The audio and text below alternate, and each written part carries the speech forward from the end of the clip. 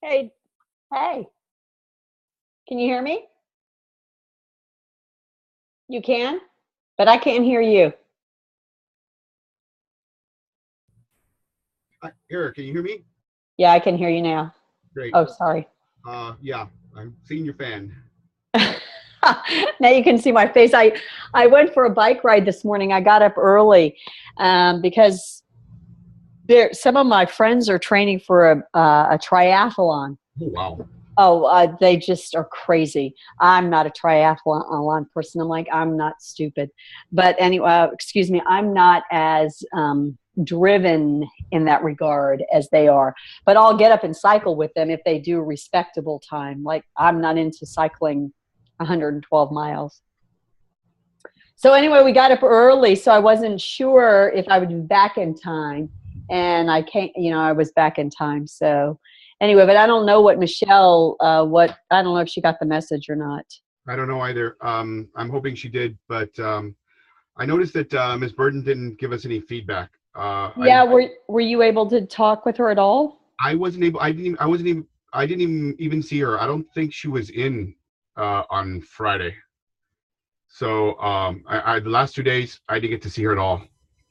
All right. So how do you suggest that we proceed then? Because I haven't looked at the rubric. So I'm going to pull it up, but my other computer is, sometimes it is. Do you happen to have the rubric handy of what we need to be doing? I sure don't. The rubric as in from Dr. Renee's. Yeah. Yeah. I think I must have it because I had open a while ago. Right. I'm just going to see what we can pull up. I was thinking, Laura, we gotta move on this. Yeah. We gotta move. So I agree with you all. I'm sorry that the whole stupid computer just fouled up on me during the presentation, and I didn't get to hear what you guys had to say. But I presume when I came back in, I presume it was the whole idea that it seems like Ms. Burden is got a completely different, looking at it in a different mentality than what we're looking at. She's very, very, what's the word? Extremely ambitious, and I don't think we can deliver exactly what she's asked. I remember asking her specifically, are we ready? I don't even think the school is ready. Laura, I'll tell you the truth, the district is not ready. Neither district, but that's beside the point. Mm-hmm. What we can do is let's narrow her down and say, listen, and I don't know about you, but my way of thinking, based on what I've been learning, I've been reading up on here. Time out. Are you recording? Can you just go ahead and record? Yes, it's recording. Okay, good. Yes, okay. It's recording. Yes, it's recording as soon as I logged in. Okay. It's recording since 12 noon. Okay. I'm listening to you. I was saying, based on what I've been reading and based on what I would like to be able to come back and say, Ms. Burden, we'd like to attack one thing that you want us to deal with as far as having your teachers change their behavior. And we're change their behavior on one aspect. Let's start off with one aspect. And if it's change their behavior towards collaborative learning, for example, change their behavior as in, change their behavior to understand that it isn't just making student groups. It's a little beyond that. I think we can deal with that. We can train to say, hey, here we'll get, you and I can come back and we can start off with a bit of a history, a little bit of physically, what do you call it? What is needed inside the classroom, for example, a lesson. I think Michelle can speak to the whole lesson process, the mentality of changing completely, as this is technically, this is a little more collaborative effort is giving students a little more androgynous, androgogy, I'm sorry, not androgynous, andragogy responsibility to where they get to work with them, in the group, but they get a little more autonomy. You know what I'm saying? To where they work together, and if we can get those few things teachers trained on, again, something this is off the cuff. History, for example, again, the sample lessons, the mentality of collaborative effort, and the pedagogy or andragogy, background, the responsibilities for each person, and then the camaraderie that's needed in that team, in the collaborative group, that they must learn that they have to sink or swim together. We cannot change completely what they have been taught for 12 years, what not only the students have been taught for 12 years, but the teachers have been taught for eons too, that they have to compete against each other for grades.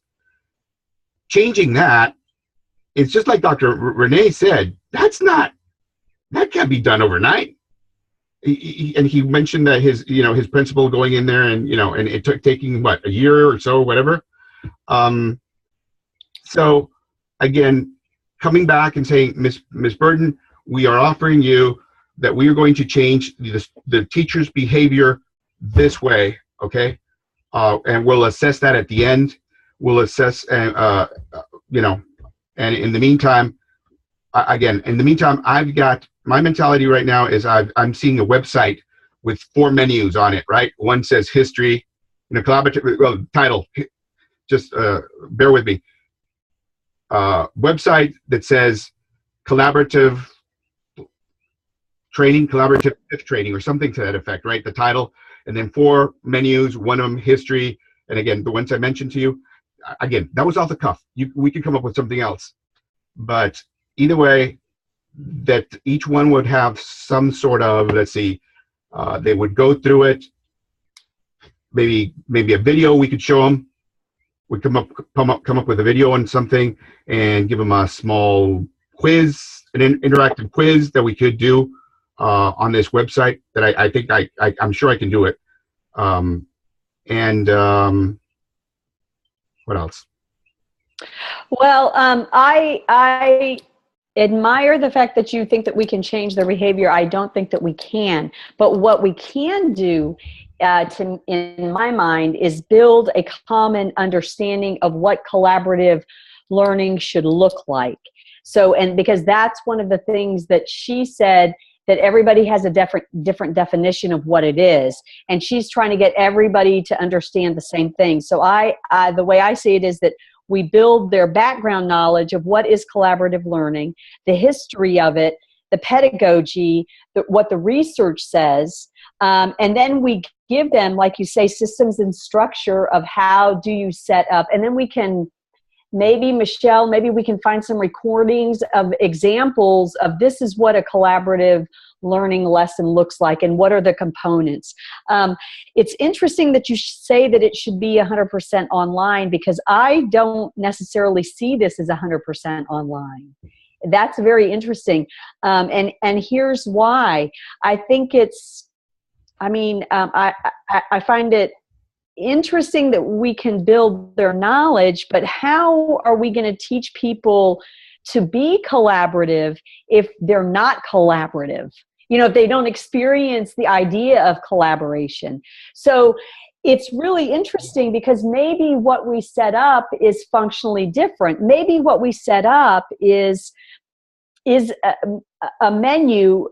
And this is, I don't disagree with you. And now I've just come to this epiphany right now, is that we make them set up in teams of 4, and each person has to access a different place in the website, and they're accessing different information. And then they have to come together and share the information together and then build their understanding. That is fantastic.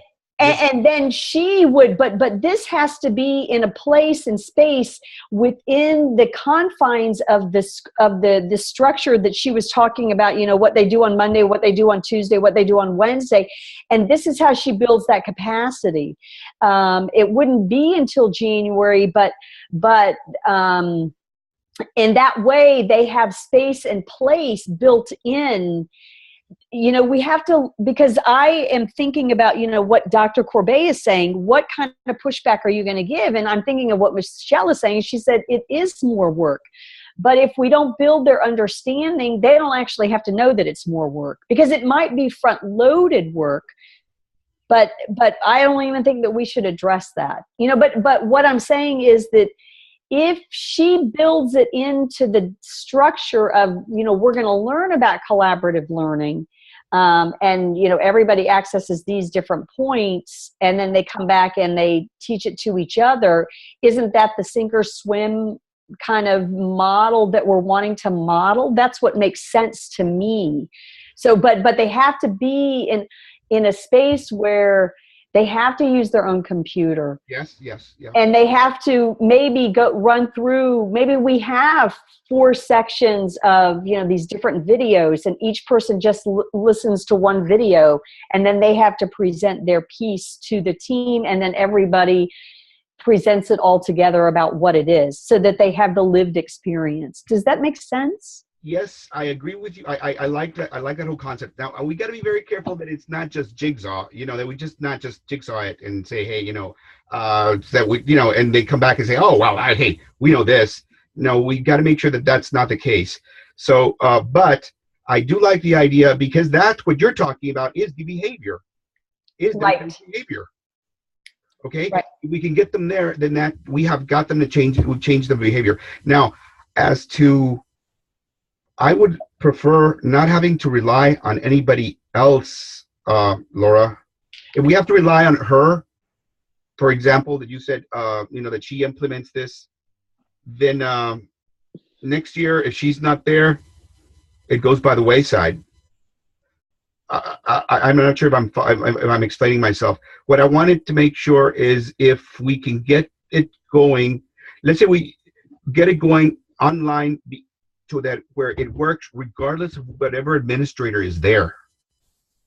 Right. If it's only, because if it's Burden again, oh great, we're in luck. She'll, you know, she could do it again. But if she's not there, I'd like to be able to come back and say next year, you know, we can still do this collaborative training, even though Burden's not there. Somebody else can, or not that somebody else. We don't need to rely on somebody else in a space the way you're talking, in a space.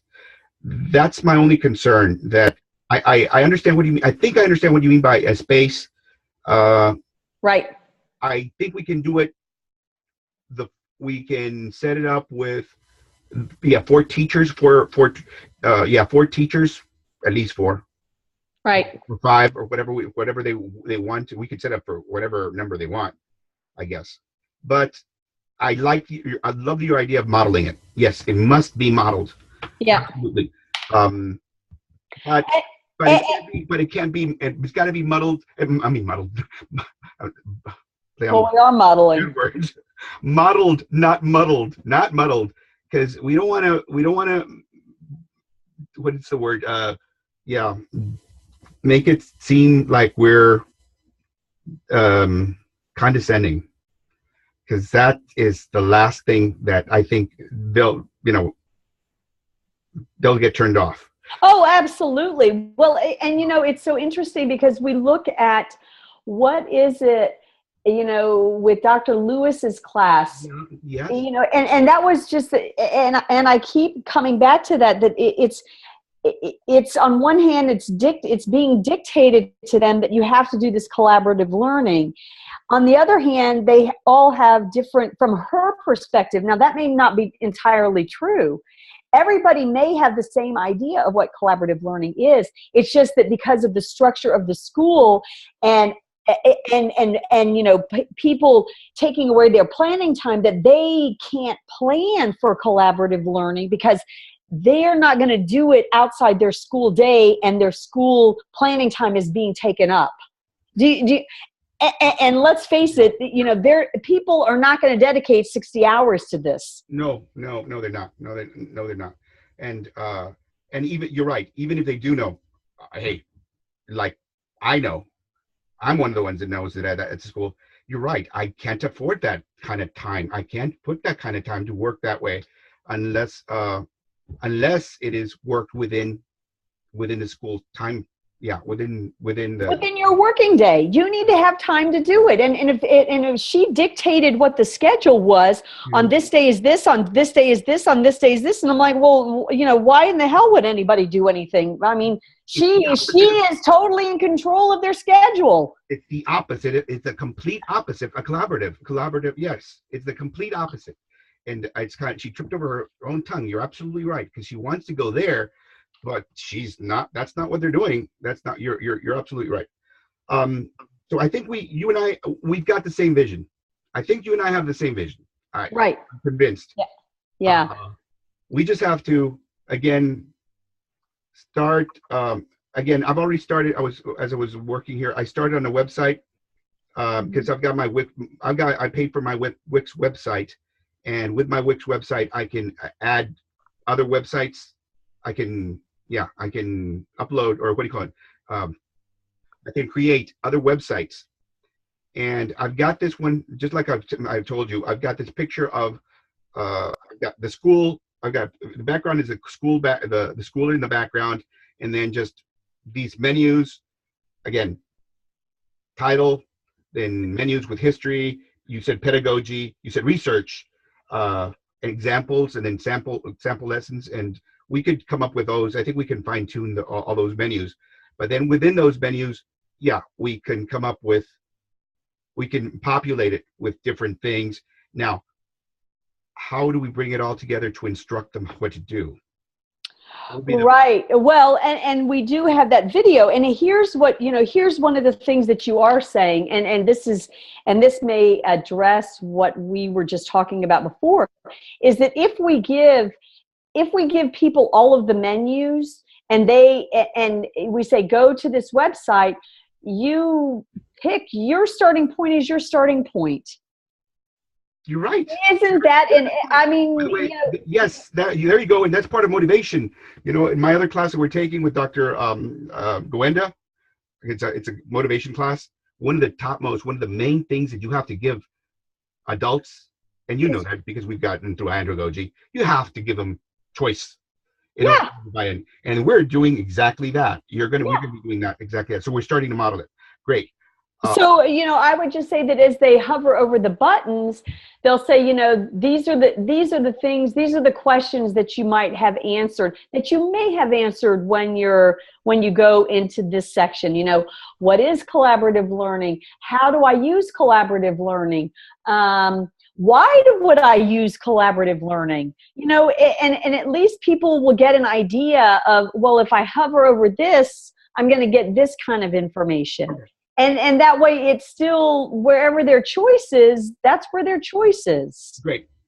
Okay. We're coming together. Good. And I like that. I was just, as you were talking, I was thinking we would have to start off also somewhere in there. We should address and talk about objectives. We really should. Yes, you're right. And what we can do? We can do like one of those quizzes, Okay. just for fun. What do I know? What do I think I know? Okay. A pretest. Here's a pretest. What do you think you know about, what do you think you know about collaborative learning? And a little pretest. And then we could actually then, based on their test results. Yeah, I liked it. I thought of that before. Yes. Based on their test results, say, well, wow, you scored great in here, but maybe this is where you need some more information. You might want to think about these areas if you're in this website. Think about these menus. Okay. Go to these particular places. These are just some suggestions, and we could have a little avatar that's, that's not a serious avatar. You have kind of you have that particular That app. Yeah, that you know, I mean, I like the way that we can instruct, you know, well, this is how collaborative learning, you know, that as we're writing, you know, it down, and, you know, I think that is. Oh, I know what you're talking about. Yes, you're talking about that, like that infomercial that writes, that you write, that presents as it writes, or write. Yep. Yeah. I know. Yeah. Yeah. So, you know, and that kind of makes it kind of interesting, you know, because we can, I mean, visually it's appealing, and we keep the videos no more than 5 minutes, because that's about all that everybody's attention span is, you know, and some of them are even less than that. So I don't know. What do you think? Okay. We've got a starting point. We've got a starting point. I think I can come up with and show you within the next couple of days that what I just mentioned, that this whole concept, and then we can start looking at each one, or deciding, you know, what it looks like, what these menus will look like. I think Michelle, when you get to hear this, your job is going to be sample lessons, and actually modeling the whole concept of collaboration. What are the teachers' roles? Comes to mind, right? Teacher roles. Teacher roles, and then Michelle had a great on the slide that she had group leader, material manager, encourager, timekeeper, scribe. And you know what, we can even create PDFs that teachers can download as little cards. I've got one. Let me show you. Yeah, and give it to them. Let me show you. Make it easy for them. Let me show you. Oh, let me see if I can bring it up. It is a classroom laid out in a collaborative method, and with current desks. And quickly, let me see if I can bring it up. If not, I'll email it to you. And it's a whole seating chart. Where you can give each one of the students their own role. You know, the leader. I call them the leader, the timekeeper, there's another one, the materials manager, and encourager, and a scribe. Scribe. I think it's scribe. Scribe was the last one. Yeah, I've got it set up by 4, but I've got the whole class set up, and my classroom is set up that way. And let me tell you, I sent this to you guys last year. No, you didn't. With Dr. Morgan. You were with us, Dr. Morgan. Yeah, but I never saw it. And it was the collaborate. It's a foldable, also a little cube that you can put together, and you put it on the ceiling, and it hangs down. And I think I showed you picture. I sent pictures. Do you recall that one? No. And it was so that students look up, and there's a cube above them, and on each side is a number, and it's a different color. Each one's a different color. So that means that, let's say the first one is a blue cube. That's the blue group. The blue group it's a cube, so it's a number on one side. Yeah. And that's a number 1. So whoever's seat is closest to that, underneath it, there are 4 seats underneath that. Mm-hmm. The closest seat that is to number 1, they're the number 1 student. Then the next one over is the second student, third student. So each one has a different name and different number. So then the teacher can come back and say, okay, and by the way, there are 5 more cubes in the whole room. So there are 5 more groups of 4. So they come back and say, okay, blue group, you're doing this, while green group, you're doing that over there. And today the student who is number one today, you are the group leaders. While tomorrow it could be, okay, flip it. Number 2's your group leaders today, because we got to make sure that gets changed around. I've got it set up already so we could take pictures. Actually, I've already taken pictures, and I'll show them. I'll send them over to you this afternoon. And that would be that's modeling it already. That's already modeling. Exactly, because we have to put the mental template already in their head. For some people, they have a hard time visualizing it, and they want to know that they're doing it right. Yeah. And we can even have like little checklists that they want, like here's a checklist. Did you do this? Did you do this? Different people do different things. Yes. They have to have different prompts. And I think that we need to think about the range of people, with different prompts. Some people say, no, I don't need this, but, others might want that. So I think we've come up with the scope of our project, haven't we? I think we've narrowed it down to where we're gonna come back to Ms. Bird and say, listen, we can't change the mentality of your whole school. We know what you asked for. We can't deliver. And she can't deliver it either. Yeah, she can't deliver it. I mean, right, you're right.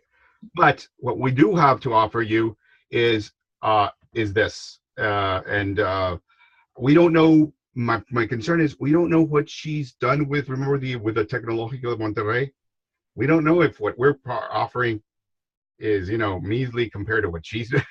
But what has she done with you guys? Because just because she is experienced in it, maybe she has never had an opportunity to do anything with it either, which right. That's kind of what it sounds like. She knows what it doesn't look like, no. But she hasn't actually provided any professional development for what it does look like. Right. Now, it is very important that we also, the history, we're going to have to, that's part of constructivism and giving, the constructivism, right. Reading up on it. And hey, it's a lot of research and data that this falls back on that can help us. But we're going to have to present that too. Yeah, and I think that we have to, you're right, we have to think about, the way, that's why I think having the experience of the TED Talks, and trying to do that in a format is really important, because we have to be able to take that information and then make it meaningful to people in a short amount of time. What are the most, the most crucial elements? And I think that we have to be able to do that. And that's what we can do. That's what she is not able to do. She may have lived through it, but we don't know if she's actually a professional trainer and the scope of the training that she has to do. Yeah. There are too many unknowns. Way too many. And yeah, I agree. So what we have is we're just going to put the foundation of what is collaborative learning. That's all we're doing is building a foundation. Great. So let's see if we can get some action items out of what we've done. I don't know how much time we've had. We're already 25 minutes. Yeah, but we can do another one after this, can't we? Oh yeah, we could go on. Yes. Okay, so we said we're going to do the history. So if I'm imagining, collaborative learning. I'm imagining a button with history. We might, or what's it all about? History. What's it all about? Mm-hmm. The pedagogy, or like, why would I do this in my classroom? Right. Systems and structure, or what does it mean to sink or swim together, right? And how do you do that? What does that look like? And then sample lessons. What does it actually look like in the classroom? I mean, we have to have buttons, and so for me, that they can enter. And I just remember doing some on one of the platforms of instructional design. It was Articulate Storyline, that you can set up all of these buttons where they have, and when you hover over, you have these drop down things, what is this all about, I can do that. Yeah. You can do that. Yeah. So, yeah. So, I mean. So what do we do this? Let's break it apart. If we can get, let's break up all these little menus. Let's break them up between you, me, and Michelle. Michelle's, of course, I think hers is the sample lessons. Sample lessons, and I'm not. Right. I think she may want to be doing a bit of the history. Yeah. I want to make sure that all of us revert. I have that one, and I've been reading it. Yes, I have that book too. I'm concerned that as I was reading, I I could really use a lot of this stuff in here. We could use a lot of this stuff. We gotta be very careful how much what we can use and what we can't use. I mean, because I'm sure there's copyright issues, and I'm sure there's Johnson and Johnson. Hey, we're not exactly doing this with their permission. Yeah, like we can't, yeah, I mean, and we could, Yeah, we no, gotta be but careful. yeah, we do have to be careful of that. I agree with you. But I do want to make sure that they know about the 4 or 5 different levels or steps that are needed for collaborative. Where was it that I was reading? Maybe you recall? Off the top of my head, I seem to remember. Oh, mine's in my back bedroom, so I can't, I don't recall right off the top of my head the 5 steps that they have to go through. But do remember they are the first and most important. They call them elements, I think, right? Interdependence for interdependence. Right. Um, And what does that mean? Yeah, right. Accountability to the group. Essential. Third is face to face. Remember the face to face, being face to face. Students have got to be face to face. Again, those were 5. I don't know how close to that we're allowed to get. I mean, are we allowed to? Well, as long as we really flat out say that this is Johnson and Johnson's work, and we make, yeah, and we need to put maybe in this thing that, look, there's some material, we need to put it out there. Look, there's some material that's directly from Johnson and Johnson from this book. And we can also have that conversation with Dr. Corbet. And yeah, because we're not looking at this point to get any money from this, right? No, of course not. But but you're right. Maybe, and he may point us over to I don't know. We might have to contact them. Right, and that would be okay too. I mean, interdependence, face to face. Off the top of my head, what's the other ones? The other ones were oh Lord, come on, Paul. No. Accountability to each other. That's the sink or swim together. Right. Why can't I remember them? I don't know, but when you teach kids these things, and let me tell you, the sink or swim together, that's a hard thing for kids. Even my 5th graders, because I do a lot of collaborative learning with them, and then they have to teach each other, and they sink or swim together, especially when they're working through things. And one of the questions that they have to me is, I'm one person and I don't agree with the answers of the other group. And I'm like, that's the sink or swim together. Right. And whatever you guys get up and present, if somebody else has a different idea, or they have a different perspective, and the answer is changed, or whatever is changed, then you guys that's the learning piece. And that's perfectly fine. It's like, that is perfectly fine. That's like why we're here. Right. I think that's also kind of points to the what is it? Remember the skills, the people skills. I think that's number 4, which would be the cooperative learning and group processing. Yes, group processing. I think it's a different one versus discipline. Let's see, cooperative groups become effective through disciplined action. Afterwards they've got to come back together, remember, and come back together and say, okay, do a post, what did we learn together? Of course, there's also in there the social skills. I think number 4 is part of the social skills, right? Yeah. Social skills that are extremely important, which is the one I think Burton was alluding to. She wants to be able to make sure that the students are able to know how to work with each other. Those learning skills. Hey, they won't kill each other. In other words, because right now I'm having that trouble. I have that every at the beginning of every year. Yeah, the group doesn't have the dynamics, and they fuss at each other, and they call each other stupid, and and so I gotta work with that. I gotta make sure that they work together to understand, hey, no, you sink or swim together, but that means you got to get along with each other, and you have to know when if one of the kids in front of you is asleep because his mother was having a baby last night and he was up at the hospital with his, with his little brother and sister, taking care of them till 3 or 4 in the morning. And then he comes in the next morning and he's cranky or sleepy. If you don't know that and you get after his case, you're going to start a fight.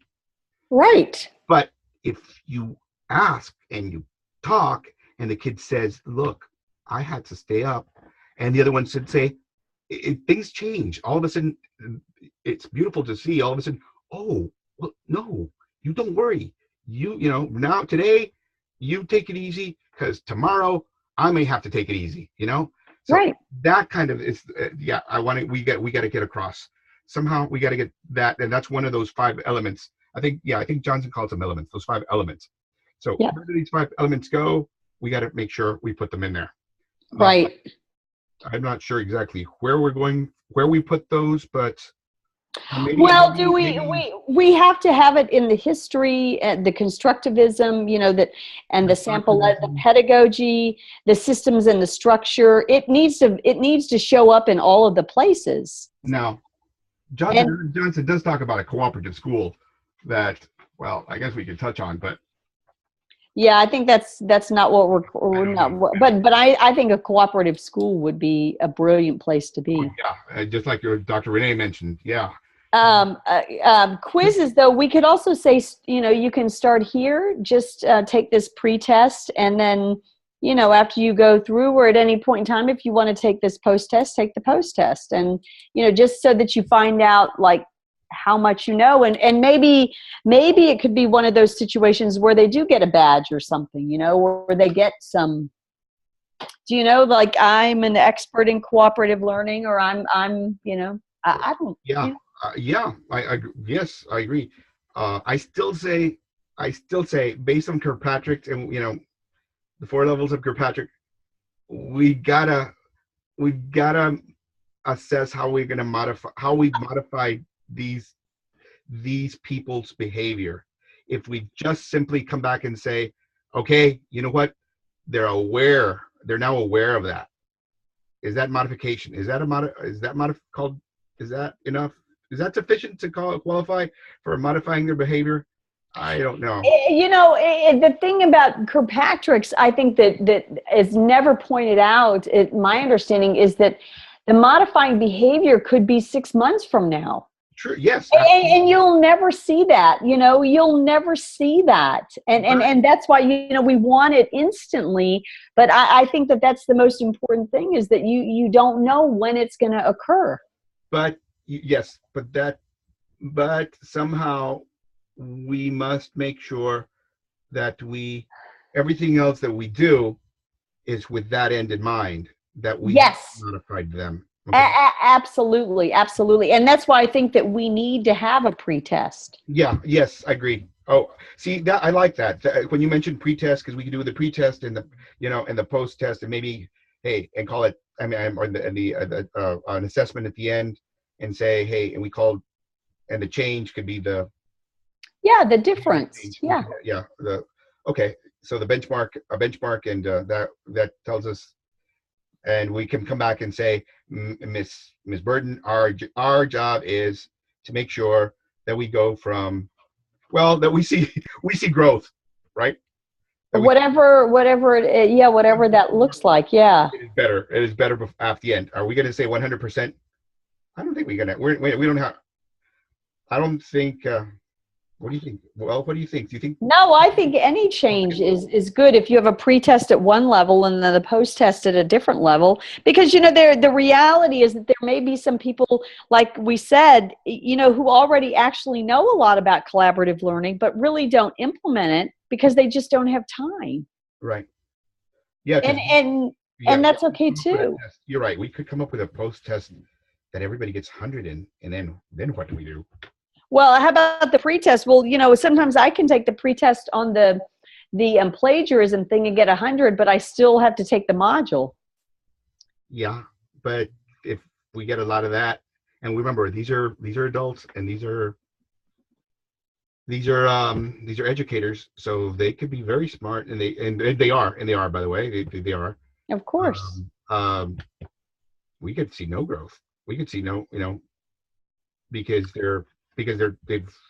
they've guessed correctly at all those answers.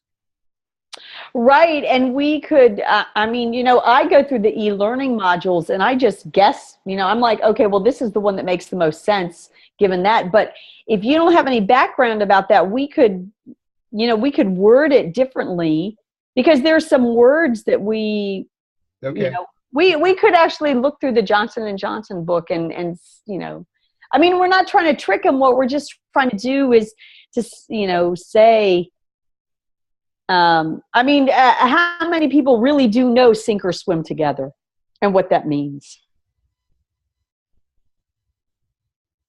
Okay. We use it. I mean, do you know a lot of people who talk about sink or swim together? Because when I talk to teachers about sink or swim together where I am, they have no idea what I'm talking about.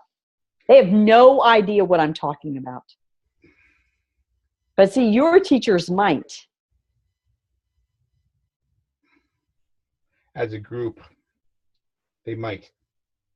Well, I guess we'll deal with that. We'll deal with that. We've noted it. We'll deal with it. I'm sure. Hey, we could go. You know what? Hey, we'll take surveys. We'll get one out there and see how people do, right? And people that have had that have not taken the whole this whole training, we can get them to take the quiz and see how they do, and aim it towards educators. And if they, so we'll try it out. What else can we do, right? It's a process. It's what we're supposed to be doing. It's this what do you call it? It's a rapid implementation process. Right. So yeah. So I think if we have, the point is that if we give her a model of this is what we think, it's going to look like, that we go ahead and give it to her, that's the rapid deployment, but like, we don't have to go through all of this stuff. It's like, these are the people that you are telling us, this is the information that you've given us. And so this is, the people have to take a pretest. They don't have to. We strongly suggest that they do. Take a pretest. Find out how much you know. Yeah. So, I'm sure we could come up with questions. Oh, I'm sure. Wait a minute. There are other questions beside. There are other questions that the teachers in my school would never in the wildest, such as setting up a whole lesson. Oh, remember how we set up the whole lesson? Remember that Dr. Morgan gave us that whole little yes. template, remember? Yes. Yeah. We could ask questions about that without ever giving them that. I'm sure none of them would understand. Right. So, yeah, you're right. There are. Well, here's another one on teacher's role. There is one on teacher's role. Darn it. See, yeah. My little menu is getting too close to the book. Well, teacher's role, couldn't we put that as, what do I do as the teacher? What do the students do? Oh, semantics, all semantics, right? Change the words, yes. What do I do? How do we do? I do, you do, I do, we do, you do. Yeah. Well, you got to be, but we don't want to, that's the, what do you call it? That's the gradual release model. That's a KWL strategy. You remember? At our school they call it the gradual release, and we have to implement. We have to do the gradual release. The gradual release model. Oh, but see, this is great. There's a page. What is this called? Oh, you know how she's got that? Oh, chapter 2, page 3, chapter 2.3, teacher role, monitoring and intervening, evaluating and processing, setting tasks and positive interdependence, and then decisions.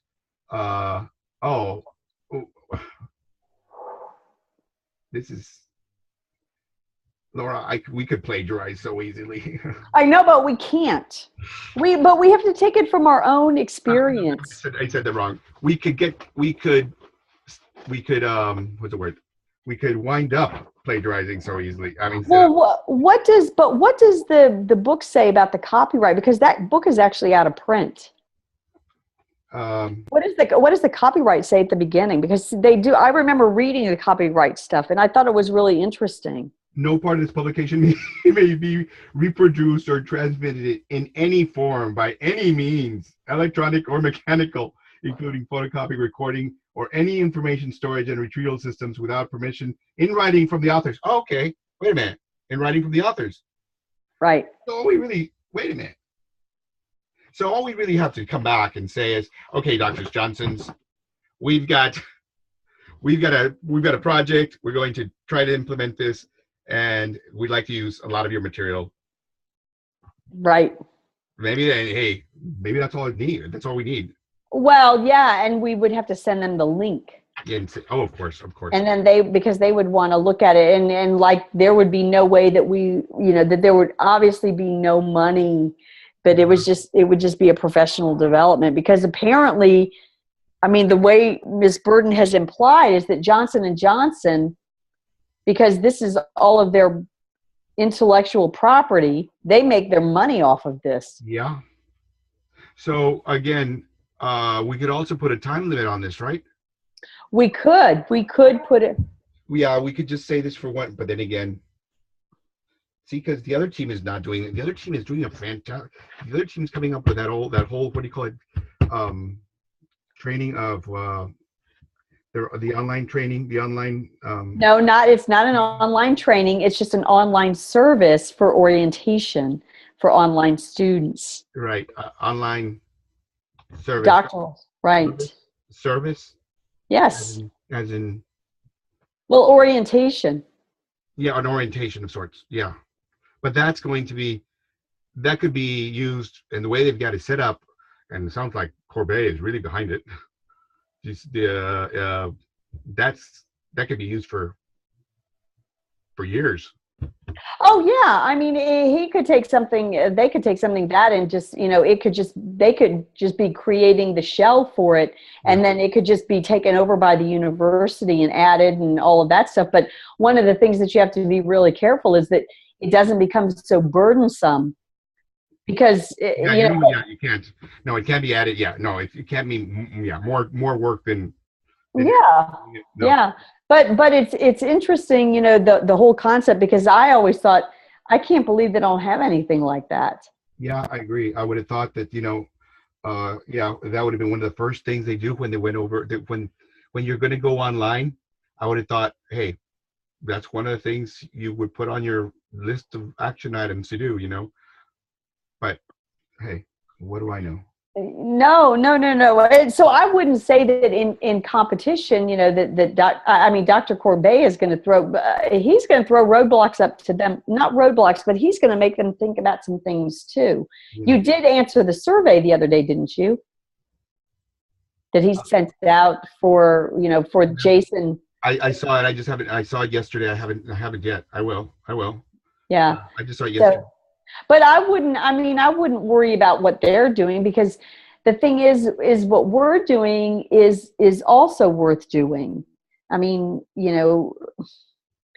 it's not a competition, Paul. No, I didn't mean that. I meant if we set it up for, for a year, and then, and then say, okay, this is good for a year. So we, Johnson, and tell the Johnson people, okay, we're going to be only using this for 1 year. Then I don't know if it's not the same as that other team, which I think that other team is going for a longer term. And I would thought we would have wanted to go for a longer term also. Yeah, but to me, when I started thinking about it and reading about the elements of the instructional design, Dr. Corbet wants something that's online, but some of the training doesn't need to be 100% online. To me, I could see where this could be certain things that are delivered face to face, and certain things that are delivered, online. Because ultimately you have to think about people and what are they getting out of it by, are we giving them any professional credit? Not really, right? Well, we can't, can we? Well, that's not up to us unless, no, we can't. We don't have the credentials for that. We don't have we'd have to be back. We'd have to be instructors of UTRGV for UTRGV to back us up, to give them some sort of. Right. Well, wait a minute. Could UTRGV, because hey, I remember I've gone to Stanford for a PD, and they give us PD hours, but they're not university hours. And that may be and we could go for that. Well, and I wonder what the policy is, maybe at your HR, if they were going through this module, could they get some sort of professional development? I mean, Sure. do you get credit for at your district for your graduate work? Do you have to write a letter? I have to write a formal letter and ask to get credit, professional development credit. You know what? I must admit, I never even bother with any of that stuff because we get so much professional development in our school, so much of it that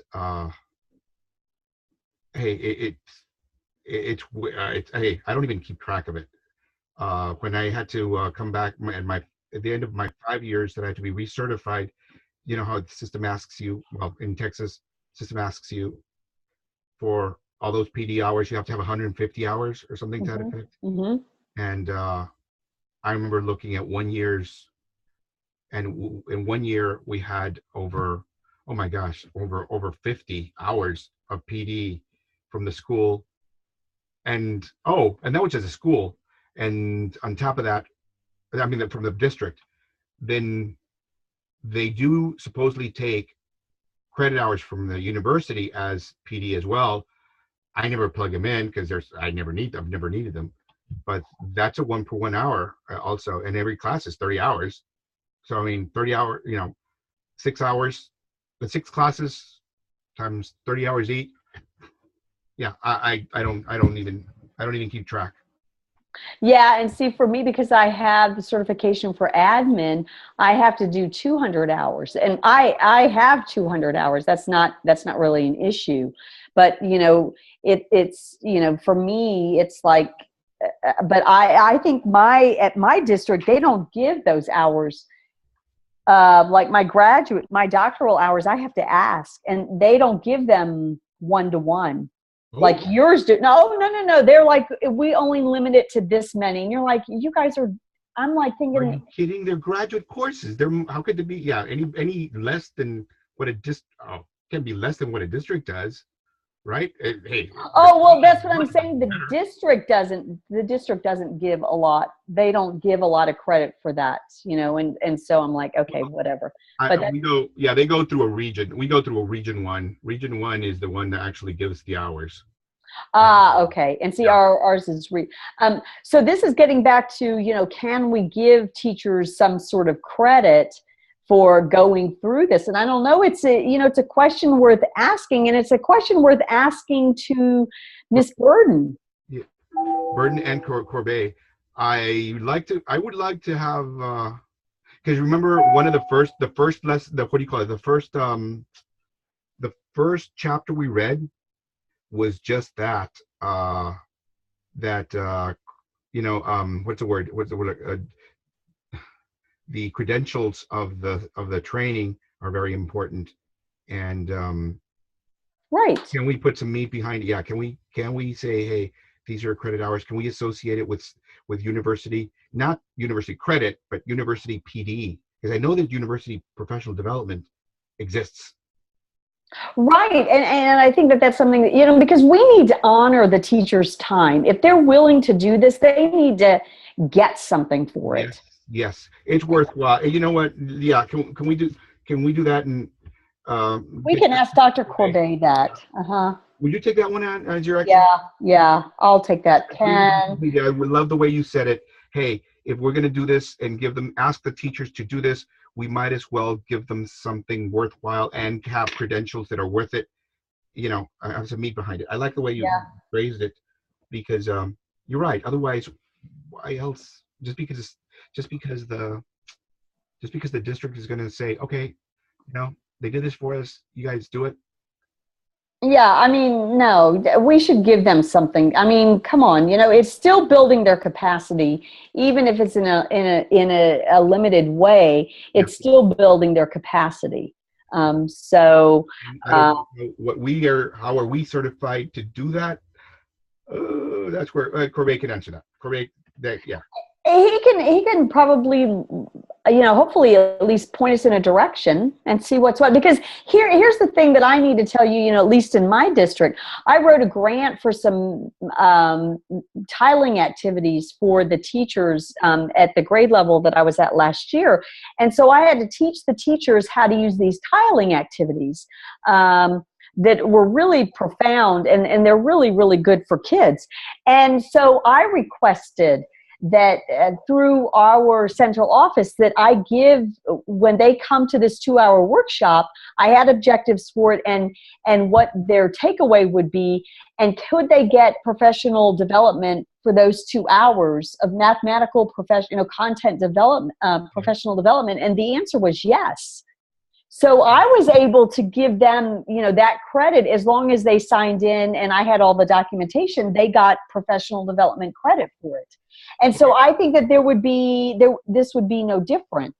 So you'll talk to Corbet about it, and I'll talk through although my human resources and I aren't looking. Well, not human resources. How about your curriculum and instruction? Burden. I'll go through Burden. Yeah, curriculum, because I think that teachers need to get, and if we expect them to say 2 hours of their time, say 2 hours with the website and all of that and going through all of the stuff, that they should get credit for that. And even if it's 1 hour, but I think 2 hours would be a minimum amount. Well, technically, you know what? Technically, wait a minute, let's back up. We can calculate the hours that if in January, starting in January, if we work this, that they're going to, remember, starting in January, every day, every Monday, 1 hour, or actually it's 45 minutes, right? 45 minutes on Monday and Tuesday, or if it's just 45 minutes, if it's just one day out of the week, we can calculate how many hours that would be. It could end up being three hours easily, because by the time you actually go through it and then you talk about it and then you vet it and you develop your understanding, that's 45 minutes easily. And and then all the activities and so forth. Sure. The pre-test, the post-test, all of that stuff. Yeah. All of that stuff is, I'll talk to Burden and see. Yeah, spearheaded it through her for the district. I'll ask her for that. So somehow PD hours. Okay. And I'll talk to Dr. Corbet and see, what his take on it is, because maybe they've had something, like this before. I don't know. It's worth asking, So because one of the things that I keep coming back as his question is, how are you going to, the ups and downs I have, maybe resentful. How are we going to address pushback? And one way we could address it is to give them credit. Yeah. PD credit, and then make it, user friendly and their own entry points and they develop their understanding of it. Yeah. How does that sound? Sounds good. Okay, so we probably need to have another meeting of what our request for proposal, right? Or RFP? Yeah. Oh, yeah. That's about a week away. It's a week tomorrow. It's due, and we need it's like I don't know. I didn't even call it up. So let me see. Hold on just a minute. Let me see. RGTV. Hold on. Let me see what I have here. How many pages do we have to have? Because the other thing is that Dr. Corbet, and I think I told Michelle about this, that everybody has to create a link and email it to them separately, even though it's all going to be the same document. Yeah. We all need to have the same document. Yeah. And I'm not good at last minute stuff. Are we meeting? There was 3, so try to plan on that. Oh my God. She said, just saw this and was under the impression it was at 3, so I was trying to plan on that. Oh my God. Yeah, and I was trying to get on her, to make it so that it fit for her schedule. So, okay, let me just go to this 8372. Give me another minute. As soon as we get over on this, as soon as we get done with this, and I'll finish recording, I'll upload it to the OneDrive and tell her and share it with her and say, Here you go. if you, yeah, if you It's at 1 3 o'clock, o'clock. at 3 o'clock, she can, it is 1 o'clock. Yeah, it's already 1 o'clock. Yeah. How did this thing let us go past 45 minutes? I don't know. I thought it was only, yeah, it would only allow us, right? 45 minutes. Okay, she says use the template provided. Okay, let me see what the template provided is. Hold on, 8372. We're just going to put it on the desktop. Hold on. Oh, we have to use a timeline. We have to get a timeline together. Okay, I kind of started. Remember, I kind of started a rough timeline on that presentation, but I can do it. I can start the timeline. Right. Okay. So use to color the cells. Right. Okay. So we need to put the things already in there that are in there. All right. So the abstract. Okay. So we need to probably. Did you bring it up? Did you bring? Yeah. Yeah. I'm looking at it. So these are the pieces. Can you share it? I don't. I don't. How do you want me to share it? Oh. Well, yes. Share screen. Hold on. Let me just see. Okay, let me see where I am. Let me see where you guys are. Okay, hold on. Hold on. Project timeline, share screen. Hold on, my friend. All right, yeah, I can do share screen. Oh, I don't know if this is going to be, let's see. What do we have? Oh, yep, here we go. That one. Hold on. Share. Perfect. Hold on. Can you see it? I can see a quarter of it. Why? How about now? Can you see it now? Yes. There it is. Got it. All right. So what he says is, here's the RFP must include these sections: the abstract, Okay. which introduces the project, describes the need, and outlines the intended outcome. So maximum of 100 words. The general project goals. Yeah. It describes the key components of the new product or process and compares these to existing product or processes with which the consultant service provider is familiar. Yeah, we haven't gotten burdened online. All right. Now the target audience, the objectives.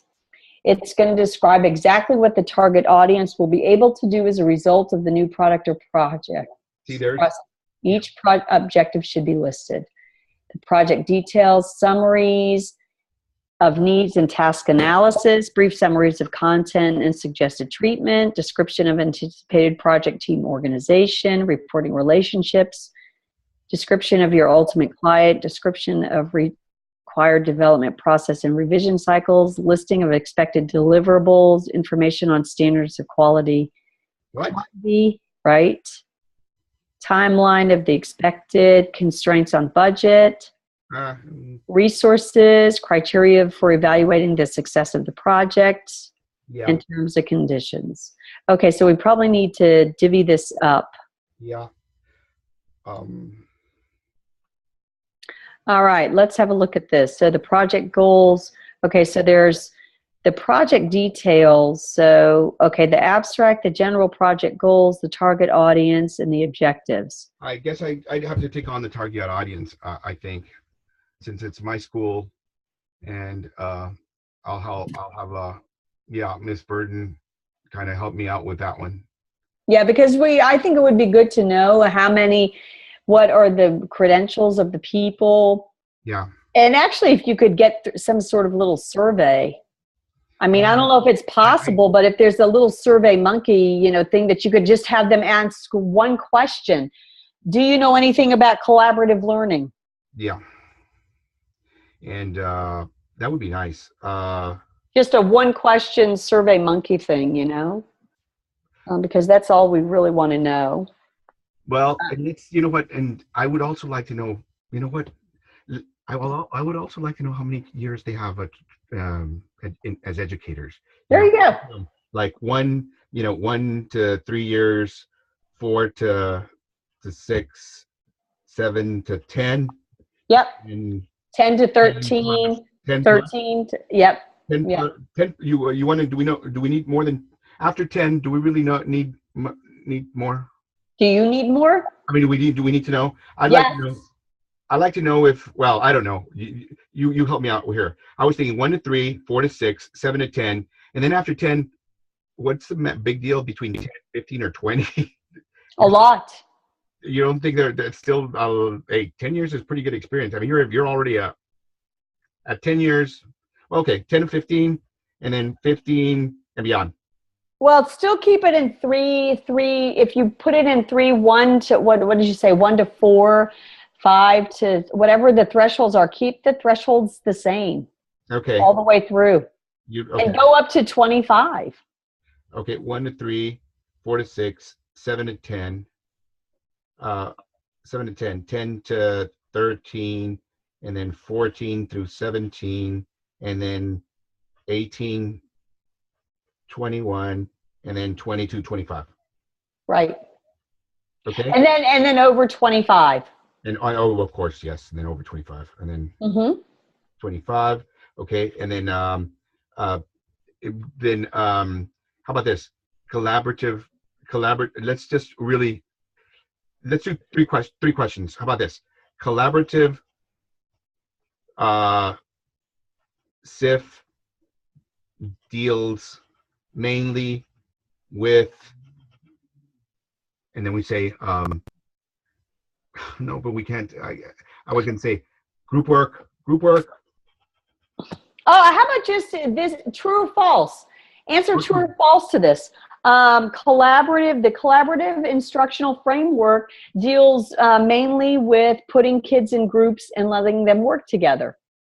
And that's not true. That's not true. Good. Right. So just put yes or no. Yes or true no. Or false. Answer true or false to this statement. Perfect. Give me another one. Just one more. And then one more. Do you want to know what degrees they have? Well, you can actually get that from okay. Well, yeah, I think we can get that. We can get that from Burton had mentioned that there's a, but you know what? I want to know this group. If we're going to teach this group, I want to know this group's information, because Burton was telling me that it's online and it's on the, what do you call it? On the it'll be on the district plan. Yeah, what do you call it? Remember, yeah, the district, yeah. The district improvement plan. It should be the number of teachers who have advanced degrees. But that is last year's. That starts with last year's. It doesn't tell us about the group right smack now. This survey is going to give us this particular audience, right? So do you want to know if they have advanced degrees? Would it make a difference? Does it make a difference? Well, let's see. It would make a difference to me. Let's see, how many of these teachers went through certification through, what do you call it? Alternate certification programs? Yeah. Okay, well, there you go. Was your certificate, did you go through an alternate certification program? Yes or no? Alternate certification, well, okay, which one, let's see, but also want to know how many, went through alternate certification, how many of them have a degree in education, and how many of them have a master's degree. Okay. So with those, I think that would tell us plenty. And then of course, how many of us tell us, yeah, the collaborations if, right. And don't forget on do you have a master's degree or not? You need to also ask, I'm currently working on my master's degree. Mm-hmm. Right? Because you need to have I do not have a master's degree. I'm currently working on an advanced degree or my master's degree, or I already have a master's degree. You need to, not put them into either or categories to me, because to me, you would want to know, do people already have are they currently working on a master's degree? And you just need to know that they are, not when they finish. Okay. To me. And alternative certification, master's degree, or choose the ones that apply. Just apply. Yeah. Choose what applies, and then I'm put alternate certification, master's degree, and what else can we put on there? Education degree. Right. Choose all that apply. Yeah, there you go. And then for how did you say the question was again? Collaborative SIF deals with, you said, With students working in groups. students working in groups. With their learning. Oh, collaborative learning, the collaborative instructional framework is mainly focused on students working in groups, mainly on group work with, just mainly students working in groups. You had it down so much better a second ago. I know. Because it was definitely yes, but it was right, but it's not as right as it should be. It's not. I mean, right. That students were working in groups. Students working in groups. Uh-huh. I'll think of it. I'll put it together. But so we got great. That's 3 or 4 questions. That's perfect. Yeah, it won't take them long to fill that out. But are you going to put it in a Google Doc that goes to a spreadsheet or something so that you can get the information? Yes. Okay. And I'll see if I can get this done quickly to where I can give it to her tomorrow and say, you know what, the group needs, because she had once told me, get everything off of the. I said, no, you know what, the professor wants to know, not last year's teachers and last year's, we want to know the makeup of the school now. Right, the intended audience, and because that's the intended audience, not last year's. Yeah, last year is a different group altogether. Right, it's right. Very, very different. So project details. Do you want me to this section include? Okay, so you said that you were going to do. Who's going to do the abstract, or should we do the abstract last? Let's do that last, right? Yeah, that should be very fast and easy at the end afterwards. Mm-hmm. The general project goals, the target audience. You said you would do the target audience. We have goals and objectives. Goals versus objectives. Goals and objectives. Those are just general project goals. Project goals versus objectives. See the number 3, objectives. Yeah. This section, it should describe exactly what the target audience will be able to do as a result of the new product or process. Each objective should be listed. Back to the behavior I was telling you about, that we'd want to say, hey, we are going to. Yeah. No, I think it's easier than you think it is. I think that we could put the history, that they understand, the students, the learner will understand the history of the collaborative learning framework. The student will understand or be able to, they'll be able to access sample lessons to replicate as templates. And modify as necessary as a result of this product or process. They'll be able to understand the research and the pedagogy of the collaborative instructional framework, and they'll be able to understand the systems and structures that are necessary to implement the collaborative. But we could even find out, we can make it even more granular than that. So we have these big things, but we need to have, exactly what they'll be able to do. And Michelle will probably be able to help us with that. We might want to stay clear from the actual saying SIF strategies. Otherwise, we're going to have to explain that and go into detail on that. Let's just stay on the collaborative. Okay. You know what I'm saying? Yeah. Yeah. So. Yeah, we're not gonna, we won't mention SIF, because otherwise we're gonna have to go in and explain the whole process and okay, let's do that. But I see what you're right. I see where if we just get started, we could get through the objectives. But we still need all of the project details, the brief summaries of the needs and the task analysis, the brief summaries of the content and suggested treatment. And that's what we've been talking about. What do they do?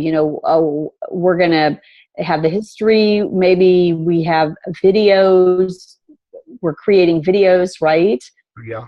Of, the description of your ultimate client, the description of required development process and revision cycles. Okay, so we need to develop the videos. We need to find videos, right? The listing of expected deliverables. So we need to, we want to have the website, right? The information on standards of quality and quantity, and the timeline. Yeah, it's huge. We're going to need to meet again. We're going to need, do you have class next Saturday? I don't think so. I think I don't have class till the 8th. Right. Okay. But I got this is huge.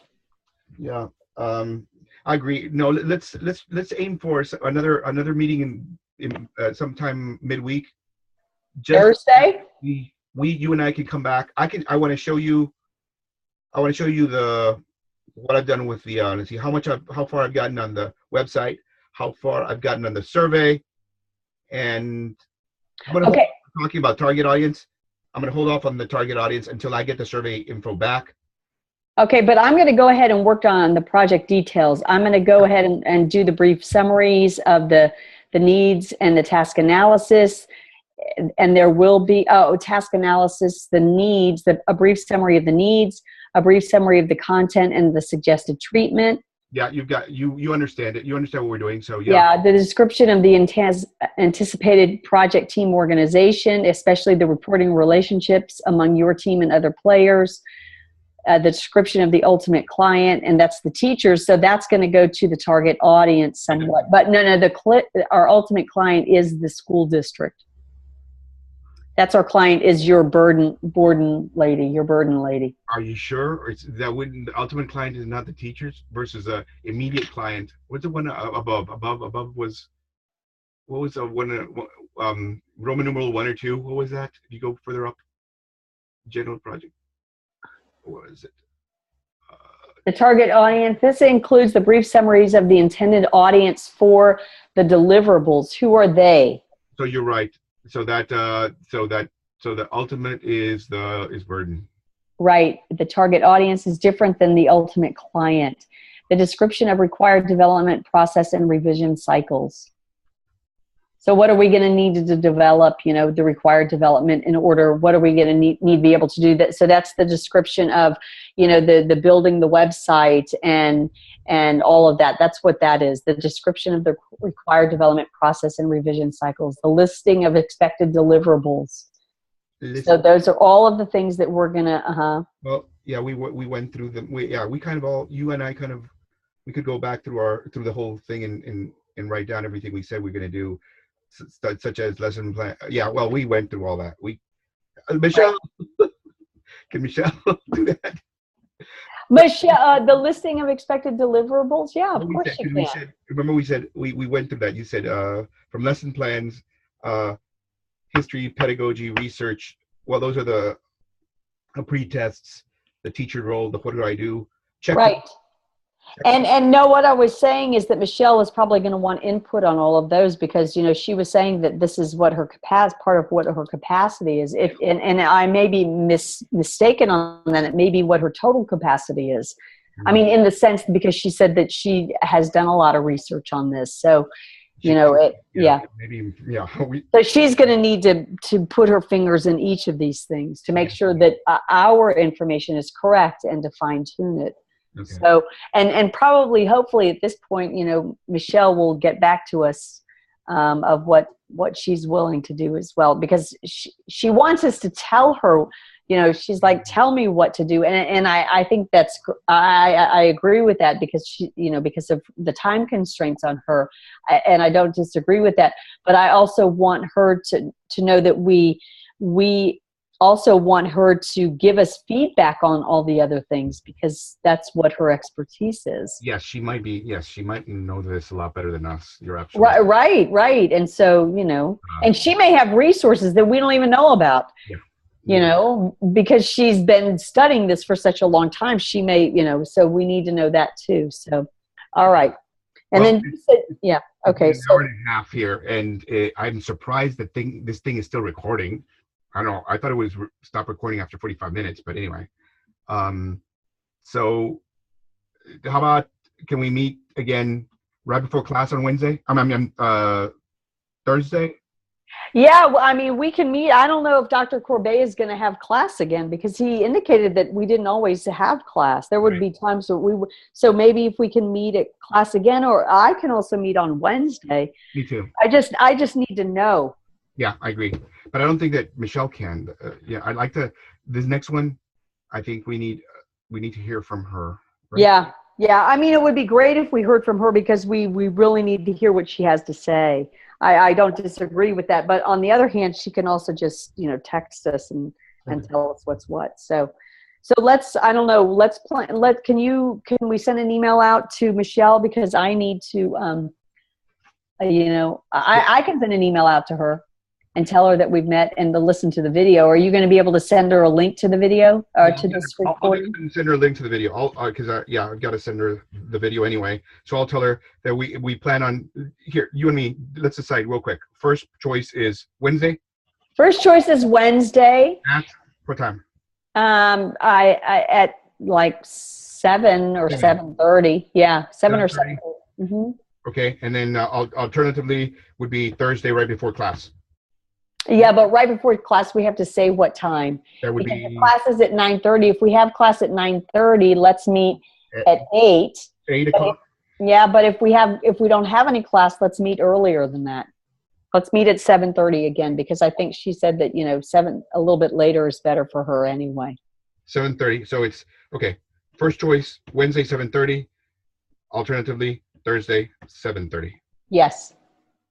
Perfect. I'll do that. And we got plenty of work to do. Yeah, we have a lot of work to do. So let's get this out. Okay. All right. Sounds good, Paul. And then we'll email if there's any questions. Laura, there's one. How can we? Yeah, I didn't want the day go by before I asked you. Hey, Cleveland. Yeah. What do you do when you prepare? I am, well, first of all, I have to book my flight and do all of that stuff. So that was the other thing I was going to do. But I was going to email Dr. Morgan and just ask her, I think probably I'm going to go get a poster or something and have something along with a poster. But definitely some notes. Poster. I thought the poster was for the AERA. You might be right because mine is just a position paper. So I think probably I'm just going to take some of the things, some of my more salient point, because it's an hour and 40 minutes, and I guess you present your position and then you listen. I saw that. I thought it was like it's 75 minutes, right? But I think it's a really robust conversation. Yeah. Well, it's so interesting. I have to say to you, this week's discussion forum, not discussion, but EdTech blog, yeah. I don't agree with anything that anybody is saying. I don't, because I'm like, stop this stuff about, it's really, no, we need to sometimes let the technology drive the kids' intentions. Did you read mine? I did that too. I said that. I said, you know what? I don't think it either one of them. I think it. I came up with another alternative. Which was what? Off the top of my head, I can't remember. But I remember thinking, well, it's not. Pedagogy. Does pedagogy drive technology? And I'm thinking, well, technically, it's curriculum that drives both of them. Curriculum should drive both, but does that mean that technology? Yeah, technology could very well drive the whole thing, or pedagogy could drive either way. But you don't bank on just one. But again, and I think it's curriculum which really drives the whole thing. Curriculum has got to drive it, not pedagogy, not the instruction itself. No, I mean the instruction should never drive technology. Yeah, I mean that doesn't make any sense to me at all. Pedagogy? Does pedagogy drive technology, or should technology drive pedagogy? And I'm going, I don't think that matters. As long as it's curriculum that it drives both of them. Anyway, but you're right. Yeah. You're well, right. I just have an issue with, people are always trying to, downplay the technology. And I just find that, from my perspective, little kids come to us already using technology, and then we put them in this classroom and they're like, where's the technology? Like, it's so foreign to them. Yeah. It really is foreign to them because they're so used to working on devices. And at that point, you just dumbed it down. They walk in and you've automatically dumbed it down for them because they're not at their level. Yeah, at your technological level. I agree with you. To me, it's like, I just, I struggle every day to get technology in, and I'm like, this is so ridiculous. And what is driving all of this? This stupid STAR test. Yeah. Yep. Yes. Unfortunately, I'm having a lot of trouble with my students. I can't get them all. I'm trying to get them all to just dial in with their email address onto their OneDrive. Would you believe I'm getting hacked? They're really coming back and saying they can't do it. They can't do it. They can't do it. They don't know how? Well, it's not the the know-how. I had two assistant principals approach me yesterday that two of their students came up to me. They were so stressed because they had no access to computers. I'm going, yes, you do. They have access to computers in my room. I've got 6 computers, and I made sure that's enough for one group at all times because I got collaborative groups. So at all times, one group could be there at the computers at any given time, and I give them time for that. But then they're coming back, well, no, these kids are saying that they have no access at any time, anywhere. But wait a minute, I've seen them on their phone. I know, and I think that that's not what they're thinking about their phone as. They don't think of their phone as a computer. And I think that we have to change their mindset because I think it's hilarious that they do videos and they're like, no, I don't have a computer. They're like, hello, how do you think you got that? It's amazing that they don't make that connection. You're right, because I'm like, wait a minute. I know that little girl has a phone. I've seen her, and I walked through, showed her where to go, everything, and she's still complaining. And the assistant principal came out to me and said, looked at me and said, well, what? I said, listen, I'm supposed to get them ready to college. You want me to get them ready for college? They need to know computers. And the guy said, yeah, you're right. So, but again, I'm getting a lot of slack from them. Just signing on. Of course, the district doesn't help because, oh Lord, do we have trouble with this? Yeah, with the system going down. That's amazing, isn't it? Yeah, we think Blackboard has problems. Yeah, you should. Our system within the district. Wow, that's even worse. But anyway, that's another story. Okay, we've exhausted this. So let's end this here, and I'll send up an email and copy you on everything. Okay. Yep, sounds good. And I'll send something to Dr. Corbet this week. Great. Okay. All right, sounds good. And we'll meet either Wednesday and Michelle, and you'll send Michelle this link to this, right? Got it. Okay. All right. Thanks. Sounds good. All right. See you, Bye. Paul. Bye. Bye. How do I log out now? Okay, I've got it.